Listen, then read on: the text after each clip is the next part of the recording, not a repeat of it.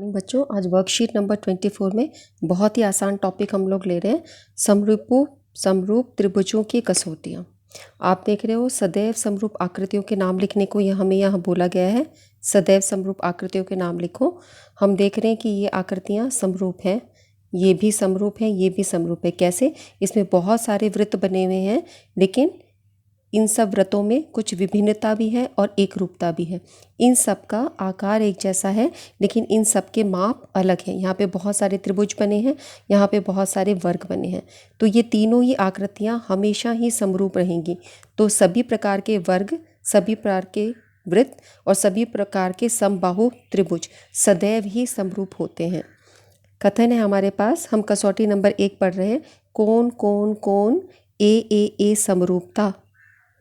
यदि दो त्रिभुजों में संगत कोण बराबर हों तो उनकी संगत भुजाएं एक ही अनुपात में होती हैं, यानी सम अनुपाती होती हैं, इसलिए ये त्रिभुज समरूप होते हैं। जैसे यहाँ पे त्रिभुज ABC और त्रिभुज DEF को आप देखिए, यहाँ पर संगत कोण बराबर है, यानी कोण A कोण D के बराबर है, कोण B कोण E के बराबर है, कोण C कोण F के बराबर है। तो आप देख सकते हो AD के बराबर, BE के बराबर और CF के बराबर है। तो उनकी संगत भुजाएं, अब जो इनकी संगत भुजाएं होंगी वो भी एक ही प्रकार के अनुपात में होंगी। आइए देखते हैं इसे हम। इनकी संगत भुजाएं क्या हुई? AB बटा DE, ये लिखा AB बटा DE। उसके बाद है, अगली है BC बटा EF, तो ये आप देख रहे हो BC बटा EF। फिर है AC बटा DF, AC बटा DF। तो आप देख रहे हैं यहाँ पर भी इनके अनुपात एक ही प्रकार के हैं, संगत भुजाओं के। यदि इनके कोण एक जैसे होते हैं, कौन से कोण? संगत कोण एक बराबर होते हैं, तो हम बोलते हैं दोनों त्रिभुज एक दूसरे के समरूप है। और समरूपता सिद्धांत कौन सा है? AAA समरूपता सिद्धांत। और समरूपता का ये निशान होता है। ये आपकी प्रमेय 6.3 है NCERT में, ठीक है। इसके बाद हम दूसरी कसौटी देखते हैं कि दूसरी कसौटी हमें क्या दी गई है। दूसरी कसौटी है यहाँ पर भुजा भुजा भुजा, भुजा भुजा भुजा, यानी SSS समरूपता। ये प्रमेय 6.4 है NCERT में। यदि दो त्रिभुजों में से एक त्रिभुज की भुजाएं दूसरी त्रिभुज की भुजाओं के समानुपाती हों, यानी अब भुजाओं को देखना है, अब दोनों त्रिभुज की भुजाओं को देखना है, अगर उनका अनुपात एक जैसा है, समानुपाती मतलब एक ही अनुपात है, 1/3 चल रहा है सब में, या 1/2 चल रहा है, 1/4 चल रहा है, एक ही प्रकार का अनुपात हो, और उनके तो क्या होगा, उनके संगत कोण भी बराबर होंगे। तो उनके संगत कोण भी बराबर होते, यानी यदि भुजाओं में अनुपात हो एक ही जैसा, समानुपात हो, तो उनके संगत कोण भी बराबर होते हैं। इसलिए दोनों त्रिभुज समरूप होते हैं, क्योंकि सारी भुजाएं यहाँ पर एक ही अनुपात में, इसलिए इसको SSS समरूपता सिद्धांत कहते हैं। त्रिभुज ABC और DEF अगर आप कोई देखोगे तो यहाँ पर ये इसके अनुपात में होती है, इस तरह से ये इसके अनुपात में होती है, और ये वाली इसके अनुपात में होती है, और इन सब के अनुपात एक जैसे होते हैं।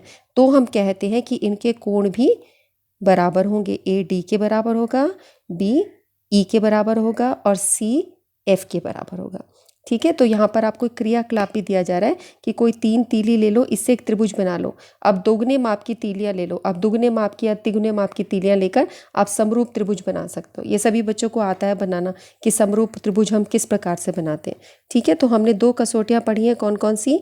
AAA, और हमने दूसरी पढ़ी है भुजा भुजा भुजा। तो वही चीज़ है यहाँ पर, ये शेप्स हैं हमारे पास में जो हमेशा सिमिलर रहती हैं। कौन सी? All circles are always similar, all squares are always similar, or equilateral triangles are always similar. We have first criteria, angle angle angle, AAA similarity rule, where angle A is equal to angle D, angle B is equal to angle E, and angle C is equal to angle F, ठीक है, ये लिखा है। Then their corresponding sides are also in the same ratio, and corresponding sides क्या है आपको समझ आ गया होगा, अभी पीछे हमने डिस्कस किया। corresponding side है AB upon DE is equal to BC upon EF is equal to AC upon DF। ये होता है इसके अंदर, अगर इनकी एंगल्स इक्वल होते हैं तो साइड्स प्रोपोर्शन में होती है। और सेकंड क्राइटेरिया में क्या है? साइड्स प्रोपोर्शन में हो तो एंगल्स इक्वल होते हैं। तो when the sides are in proportion then angles are equal, that is why it is called SSS similarity rule which is theorem 6.4 in NCERT. Now see, कसौटी नंबर 3 हम देखते हैं। कसौटी नंबर 3 में भुजा कोण भुजा, भुजा को बोलेंगे साइड, एंगल साइड, SAS समरूपता सिद्धांत, SAS सिमिलैरिटी रूल, जो कि प्रमेय 6.5 है NCERT में। यहाँ पर दो त्रिभुज हमें दिए हुए हों तो उनकी दो भुजाएं, यानी जैसे एक भुजा ये हो गई नीले रंग से जो दिखाई है ये इसके अनुपात में है, और ये जो ब्राउन कलर से दिखाई है ये इसके अनुपात में है, और इन दोनों के बीच में जो कोण है, ये जो पीले काले और लाल रंग से हम दिखा रहे हैं, उनके बीच में उनके अंतर्गत कोण, इनके अंतर्गत कोण जो है वो हो तो हम कहते हैं दोनों त्रिभुज समरूप होते हैं। यानी जो भुजाएं आपने लिए उसी के अंतर्गत में कोण होना चाहिए, तभी हम इसको बोलेंगे साइड एंगल साइड। अगर ऐसा होता है तो ये दोनों त्रिभुज समरूप होते हैं और इसको हम बोलते हैं SAS समरूपता सिद्धांत। एक बराबर हों और इन कोणों के अंतर्गत वाली भुजाएं समानुपाती हों तो दोनों त्रिभुज समरूप होते हैं। तो यहाँ पे एक एंगल बराबर है, जैसे एंगल A एंगल D के बराबर है और ये अनुपात में है AB बटा DE और AC बटा DF, ये अनुपात में है। तो हम कहते हैं कि अब ये त्रिभुज समरूप हो गए। समरूप हो गए इसका मतलब अन्य भुजाएं भी इसकी अनुपात में हो गई और इसके अन्य कोण भी बराबर हो गए, क्योंकि समरूपता में कोण बराबर होते हैं ना। हमने पढ़ा था पीछे वाली वर्कशीट्स में कि सर्वांग समता और समरूपता में क्या फ़र्क होता है। ठीक है, समरूपता में आपके कोण ज़रूर बराबर होने चाहिए और भुजाओं का अनुपात होता है एक ही प्रकार से। तो अब एक बार हम इसको जल्दी से फटाफट से रिवाइज कर लें। क्या चीज़ है ये चीज़ें पहले हमने पढ़ा, ये एंगल इस एंगल के बराबर, ये एंगल इस एंगल के बराबर और ये एंगल इस एंगल के बराबर। तो हम इसको बोलेंगे AAA सिमिलैरिटी रूल या AAA समरूपता सिद्धांत। दूसरी चीज़ आपने करी कि ये जो साइड है ये इसके रेशो में जब हम लेंगे AB बटा DE और इस साइड को इसके रेशो में लेंगे, इस साइड को इसके अनुपात में लेंगे। तो अगर ऐसा होगा तो हम उसको बोलेंगे SSS समरूपता सिद्धांत। तो इसके सारे कोण बराबर हो जाएंगे। कौन से वाले? संगत कोण सभी। ऐसा नहीं कि A E के बराबर नहीं होगा, A D के ही बराबर होगा। संगत कोण बराबर होते हैं और संगत भुजाएं ही अनुपात में होती हैं। और तीसरी चीज़ जो अभी डिस्कस की है वो SAS है, यानी अगर ये दो भुजाएं हैं और उनके बीच का कोण, ये दो कोण बराबर होंगे और ये भुजाएं ये इसके साथ अनुपात में है, ये भुजा इसके साथ अनुपात में है, तो हम बोलते हैं समरूपता सिद्धांत हो गए। तो 3 समरूपता सिद्धांत आपने कर लिए हैं। Criteria 3, side angle side similarity rule जो अभी हमने डिस्कस किया, ये एंगल इक्वल है, ये साइड प्रोपोर्शन में है, तो सभी एंगल्स बराबर हो जाएंगे और ये बाकी दोनों साइड्स पे प्रोपोर्शन में आ जाएंगे। अब यहाँ पे क्वेश्चंस को देखते हैं। इस आकृति में यहाँ पर PQ जो है वो पैरेलल है RS के। PQ is parallel to RS, ये पैरेलल का निशान होता है। हमें दर्शाना है POQ समरूप है, यानी सिमिलर है, ये सिमिलैरिटी का साइन है SQR के। तो हम इसको किस तरीके से करेंगे, आप ये देखिए कि यहाँ पर ये दोनों ट्राइंगल्स हमें गिवन है POQ। एक ये ट्राइंगल है हमारे पास, ठीक है, और दूसरा ट्राइंगल हमारे पास ये है। ये दो ट्राइंगल्स हैं। इन दोनों ट्राइंगल्स के अंदर दो साइड्स पैरेलल हैं एक दूसरे के। कौन सी? PQ और RS, ये एक दूसरे के पैरेलल हैं। तो हम ये बोल सकते हैं कि ये एक तिर्यक रेखा है, ये समानांतर है तो ये एक तिर्यक रेखा है या ट्रांसवर्सल है। तो ये दोनों एकांतर कोण हो गए, ये दोनों बराबर होने चाहिए। जब दो समानांतर रेखाओं में एक तिर्यक रेखा जाती है तो ये दोनों एक दूसरे के एकांतर और इक्वल होने चाहिए। तो एंगल P आपका एंगल S के बराबर है, जिसको यहाँ पर 1 से दिखाया गया।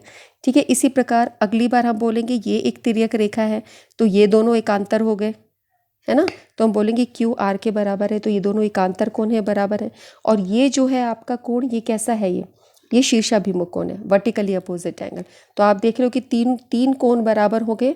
कोई दो बराबर हो तो तीसरा ऑटोमेटिकली हो जाता है इक्वल। वैसे भी अगर किसी त्रिभुज में आप दो एंगल्स बराबर कर दो तो तीसरा अपने आप ही हो जाएगा, क्योंकि एक ट्राइंगल के तीनों कोणों का सम कितना होता है? 180। तो आप सर्वांग सम, ये जो आपका समरूपता सिद्धांत है इसको AA भी बोल सकते हो, 3A बोलने के बजाय AA भी, क्योंकि तीसरा ऑटोमेटिकली इक्वल होगा अगर ये इक्वल हुए। तो AAA समरूपता सिद्धांत से 3 कोण हमारे बराबर हो गए हैं। हम कह सकते हैं कि ये दोनों त्रिभुज क्या है? समरूप हैं। और कौन से सिद्धांत से? AAA समरूपता सिद्धांत से। ये वही चीज़ है बच्चों इंग्लिश मीडियम में। ये हमारी ये वर्कशीट है, ये देखो, ये दोनों ट्राइंगल्स हमको दे रखे हैं और हम यहाँ पर देख रहे हैं कि ये पी क्यू आर एस के पैरेलल है, पी क्यू आर एस के पैरेलल है एंड पी एस के इक्वल है। ये एंगल इसके ट्रांसवर्सल होने की वजह से ये दोनों ऑल्टरनेट एंगल्स हैं। ये लाइन आपकी ट्रांसवर्सल हो गई तो ये दोनों ऑल्टरनेट एंगल्स होंगे, दीज आर इक्वल। इसी तरह अगली बार आप इसको ट्रांसवर्सल मान लीजिए तो ये दोनों आपके ऑल्टरनेट एंगल्स होंगे। So these two are equal and this angle is equal because this is vertically opposite to this one. So 1 1 के बराबर, 2 2 के बराबर और 3 3 के बराबर। तो हम बोलेंगे ए सिमिलैरिटी रूल से ये दोनों ट्राइंगल्स एक दूसरे के सिमिलर हो गए। Okay, let us move to the next thing. इस टेबल को आपको कंप्लीट करना है। आप देख रहे हो ए बी सी अगर डी ई एफ के सिमिलर है, अगर ये A B C D E F के सिमिलर है, इसका मतलब है ए एंगल डी के बराबर है, ये लिखा। ये बीच वाला एंगल बी ई के बराबर है, ये लिखा हुआ है। और जो तीसरे नंबर पे सी है ये एफ के बराबर है, ये लिखा है। ठीक है, ये सबको समझ आया ना कैसे लिखा है। तो अब इसी तरीके से हम ये देखते हैं, ये साइड्स को भी देख लीजिए, संगत भुजाओं के अनुपात किस तरीके से हैं। अगर आप ये दो साइड्स लेते हो ए बी, ये ए बी ले रहे हो तो इसके साथ ये डी ई होगा, देख रहे हो ये आ गया। और अगर आप बी सी ले रहे हो, अगर आप ले रहे हो बी सी, ये दोनों ले रहे हो बी सी, तो इसके साथ ई एफ होगा, ये देख रहे हो बी सी के साथ ई एफ हुआ है। ठीक है, अगर आप ए और सी ले रहे हो तो उसके साथ डी एफ होगा, तो ये ए सी के साथ डी एफ। ये सबको समझ आया ना। चलो इसकी और अभी प्रैक्टिस होगी इस टेबल को जब हम कंप्लीट करते हैं। यहाँ पर दिया है पी क्यू आर और ए बी सी, तो जैसे इसको हम ए बी सी ही रखते हैं और इसको हम मान लेते हैं ये पी है, ये क्यू है आपका और ये आर है। इस तरीके से हम इसको सोच लेते हैं। तो एंगल पी आपका किसके इक्वल होगा, एंगल ए के इक्वल होगा। तो हम लिख सकते हैं एंगल पी को इक्वल टू ये angle A is equal to P. ठीक है, अच्छा अब दूसरी बार आप लोगे तो ये क्या होगा, ये जो क्यू है, ये बीच वाला क्यू, ये बी के बराबर होगा। ठीक है, तो बी किसके बराबर हो गया, B is equal to angle Q. Okay, तीसरा वाला देखो, अब तीसरा वाला क्या रह गया, आर। ओके, ये आर जो है ये किसके इक्वल होगा, सी के इक्वल होगा। तो C is equal to angle R. हो गया, आया ना, समझ आया ना, इजी था ना। अब आप देखो साइड्स को देखो, ये लो पी क्यू साइड होंगी ए बी के साथ में, तो ए बी बटा पी क्यू हम लिख सकते हैं यहाँ पे। ठीक है, अगली बार आप लीजिए दूसरी साइड्स को। अब हम लेते क्यू आर बटा बी सी, तो बी सी बटा क्यू आर हो जाएगा ये। नेक्स्ट टाइम हम लेते हैं एक छोड़कर एक, पी आर और ए सी, तो ए सी बटा पी आर। इस तरीके से आपका इस सेकेंड कॉलम की फिलिंग होगी जो हमने अभी किया। ठीक है, थर्ड वाला आप कर पाओगे, बहुत इजी है ना। चलो इसको भी हम कंप्लीट कर लेते हैं। अब हम करते हैं थर्ड को, D E F is equal to P R Q, D E F equal to P R Q. तो फर्स्ट नंबर पे एंगल डी आपका एंगल पी के इक्वल होगा। ठीक है, तो एंगल डी इक्वल होगा एंगल पी के, तो इसकी जगह हम लिख देते हैं angle P, angle D angle P के इक्वल है। फिर आप लो ई इक्वल होगा आर के, angle E is equal to angle are, इसकी जगह आर आ जाएगा। फिर आपका एफ इक्वल होगा क्यू के, तो एफ की जगह ये क्यू आ जाएगा। हो गया, गॉट इट, ईजी था ना। ये क्लास 7 में हमने इस तरह से कॉरस्पॉन्डिंग साइड्स और कॉरस्पॉन्डिंग एंगल सीखे थे, संगत भुजाएं और संगत कोण। अब हम लेते हैं इसको, संगत भुजाओं के अनुपात को लेते हैं। तो डी ई बटा पी आर, तो डी ई बटा पी आर, ये इसकी जगह हम ऐसे इसको ऐसे भी लिख सकते हैं, ये यहाँ पे लिख दो पी आर बटा डी ई, ऐसे लिख सकते हो पी आर बटा डी ई या डी ई बटा पी आर, एक ही बात होगी। ठीक है, नेक्स्ट आप ले लो ई एफ, इन दोनों को ले लो ई एफ और आर क्यू। ठीक है, तो ये ई एफ ये रहा, ये हमने कर दिया आर क्यू, तो आपका हो गया आर क्यू बटा ई एफ। ठीक है, अब आप पहला और आखिरी ले लीजिए। पहला और आखिरी हमारा क्या है, डी एफ बटा पी क्यू, तो ये डी एफ था, इसको यहाँ पे पी क्यू कर दिया, तो ये आ गया डी एफ बटा डी एफ, हमने इसको ऐसे लिखा है पी क्यू बटा डी एफ, हमने ये वाली साइड्स नीचे रखी हैं। ठीक है, इसको उल्टा भी लिख सकते हैं, इसको डी ई को ऊपर लिख दो, पी आर को नीचे लिख दो, ऐसे भी कर सकते हो। ठीक है, इसका व्युत्क्रम भी लिया जा सकता है। तो यही चीज़ हमने इंग्लिश मीडियम में यहाँ पे फिल करके रखी हुई है। ये साइड्स जो भी हमने डिस्कस करी, यहाँ पे कॉरस्पॉन्डिंग एंगल्स है, कॉरस्पॉन्डिंग साइड्स है। अगर ये दोनों ट्राइंगल्स एक दूसरे के सिमिलर हैं तो हम किस तरीके से एंगल्स को, कॉरस्पॉन्डिंग एंगल्स को लिखेंगे और कॉरस्पॉन्डिंग साइड्स को लिखेंगे। अब ये क्वेश्चंस हैं कि अगर यहाँ पर ये दो ट्राइंगल्स एक दूसरे के सिमिलर हैं, एक एंगल आपको ये 40 गिवन है, ये वाला एंगल 40 है, A O B is 50, A O B ये होगा, ये हुआ 50, ये 50 दिया है। ओ ए बी, तो ये बीच वाले एंगल पे मार्क होता है ओ ए बी, तो ओ ए बी ये आपका 40 है ना। जो अगर ऐसे लिखा है ओ ए बी, इसका मतलब ए आपका 40 है, ओ और बी उसके साइड्स में है, ठीक है। और O B A is 90 degree, इसका मतलब यहाँ पर हुआ बी इज़ 90 डिग्री, ये आपका 90 है। इस तरीके से हमने इसको रीड कर लिया। तो अगर इससे आपको ये एंगल्स गिवन है तो आपको ये ज्ञात करने, ये O D C, D O सी और ओ सी डी, यहाँ पर दो ट्राइंगल्स दिए हैं, इसमें ये मेजरमेंट दे रखा है साइड का और एक एंगल दे रखा है, दूसरे ट्राइंगल्स के भी दो साइड्स के मेजरमेंट हैं और ये एक है। तो समरूपता की उचित कसौटी द्वारा दर्शाइए कि एक समरूप त्रिभुज है। चलिए देखते हैं, वही क्वेश्चंस हैं, इंग्लिश मीडियम में लिखे, दो ट्राइंगल्स एक दूसरे के सिमिलर हैं, जहाँ पे ये दो एंगल्स गिवन है, then find these angles. Okay, हम इसको फाइंड आउट करते हैं। तो ये यहाँ पे हमने फिगर ड्रॉ कर रखी है क्वेश्चन नंबर 1 की, और यहाँ पर हमने मार्क भी कर रखा है। बिकॉज दोनों ट्राइंगल्स एक दूसरे के सिमिलर हैं, तो सिमिलर होने की वजह से हम बोल सकते हैं कि इनके सारे एंगल्स इक्वल होंगे, सभी संगत कोण एक बराबर होंगे, all the corresponding angles are equal. तो एंगल ए आपका एंगल डी के इक्वल होगा। हम कैसे लिखते हैं, ए जो है डी के बराबर होगा, ओ के बराबर होगा, और ये बी सी के इक्वल होगा। ये हमने यहाँ लिख दिया। तो आपका ए कितना दिया है 40, तो ये एंगल भी आपका 40 हो जाएगा, ठीक है। एंगल ओ ये कितना है 50, तो ये भी आपका 50 डिग्री हो जाएगा। एंड बी इक्वल टू सी, ये आपका 90 डिग्री हो जाएगा, ठीक है। ये सेकंड क्वेश्चन है हमारा। तो हमने देखा ये फर्स्ट क्वेश्चन हमारा हो गया ओ डी सी, ये एंगल आपका कितना आया है, ये आपका आया है ओ डी सी आया आपका 40 डिग्री इसके बराबर। फिर ओ सी डी आपने देखा, ओ सी डी आपका आया इसके बराबर, ये कितना था आपका 90 डिग्री, तो ओ सी डी आपका आया है 90 डिग्री, और डी ओ सी आपका आया है 50 डिग्री। ये आपको रीड करना आता होगा ना, angle B equal to angle C, ये आपका 90 डिग्री है। क्लियर। अब सेकंड क्वेश्चन देखते हैं। यहाँ पर ये दो ट्राइंगल्स गिवन है, इसकी ये साइड 2 दी है, ये 6 दी है, ये 3 दी है, ये 9 दी है। अब आपको ये चेक करना है कि क्या ये दोनों सिमिलर हैं, और सिमिलर है तो किस कसौटी से हैं। ये आपको गिवन है एक्चुअली कि ये दोनों ट्राइंगल्स एक दूसरे के सिमिलर हैं, समरूप हैं। तो डी ई एफ आपका समरूप है पी क्यू आर के। तो हम ये बोल सकते हैं कि एंगल डी एंगल पी के बराबर है, कोण ई कोण क्यू के बराबर है, और कोण एफ कोण आर के बराबर है। और अगर हम साइड्स की बात लेंगे, कॉरस्पॉन्डिंग साइड्स के संगत भुजाओं की अगर हम बात लेंगे, तो संगत भुजाएं किस तरह से होंगी, डी ई बटा पी क्यू जो हमने यहाँ लिखा है, फिर ई एफ बटा क्यू आर ये जो हमने यहाँ लिखा है। तो अब डी ई आपको दिया है 2, हमने लिख दिया 2, पी क्यू आपको दिया 6, ये हमने लिख दिया 6। तो ये कट करके आ जाएगा 1/3, 2/6 दोनों 2 के पहाड़े से कट जाएंगे।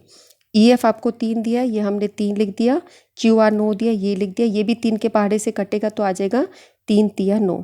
तो अब हम देख रहे हैं क्योंकि ये दोनों एक जैसे अनुपात में आ गई हैं और इनका एक कोण भी बराबर है, ये वाला ये भी बराबर है ना।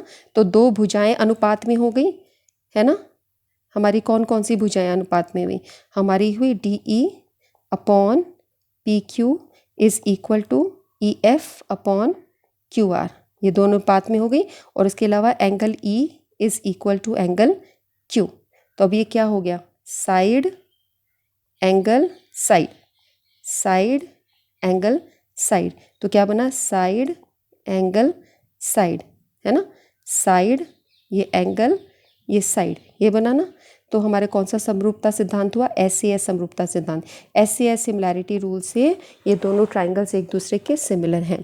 तो बच्चों आज की वर्कशीट में हमने 3 तरह के समरूपता सिद्धांत पढ़े हैं, AAA, SSS और कौन सा पढ़ा है, SAS, SSS और AAA समरूपता सिद्धांत। आप इस काम को अपनी कॉपियों में करो और इसके बाद इसकी पिक अपनी टीचर्स को सेंड करो, ठीक है। ओके, थैंक यू बच्चों।